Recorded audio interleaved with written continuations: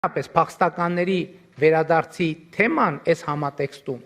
բոլոր փախստականների վերադարձի թեման, ես համարում եմ վտանգավոր խաղաղության գործընթացի համար, որովհետև կոնֆլիկտները, այդ թվում Ղարաբաղի կոնֆլիկտը սկսվել է, թվում է հումանիտար պարզ հարցերի արծարծմամբ եւ վերաճել է բոլորիս հայտնի երկարատև կոնֆլիկտի։ Իմ ընկալումն այն է, որ Հայաստանն ու Ադրբեջանը ճանաչել են միմյանց տարածքային ամբողջականությունը, ինքնիշխանությունը, սահմանների անխախտելիությունը Ալմա-Աթայի հռչակագրի հիման վրա, եւ մենք պետք է կենտրոնանանք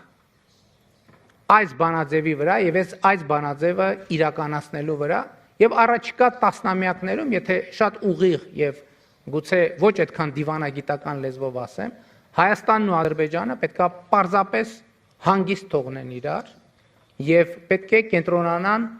տնտեսական համագործակցություն